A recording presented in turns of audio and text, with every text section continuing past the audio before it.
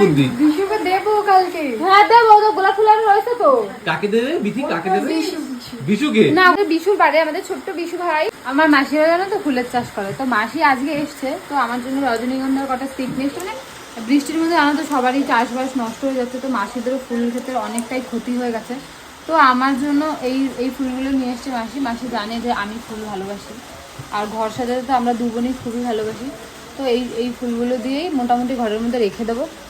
আর এই যে গোলাপগুলো এনেছে, গোলাপগুলো অনেক গোলাপই এনেছে, মাসিরা আসলে চাষ করে। আর আমার মাসি বাড়ি তোমরা সকলেই জানো রানাঘাটের ওদিকে যারা থাকে তারা অবশ্যই জানো ওখানকার মানুষজন চাষবাস মানে ফুলের চাষটা একটু বেশিই হয়। তো আমার কথার ভয়েসটা একটু আস্তে আস্তে শোনা যাবে, কারণ কি বলতো কালকে যেহেতু বাড়িতে পুজো না, আজকে থেকে একটু উপোস আছি, মানে খাওয়া দাওয়া ঠিক করে হচ্ছে না বাজার ঘাট করতে করতে।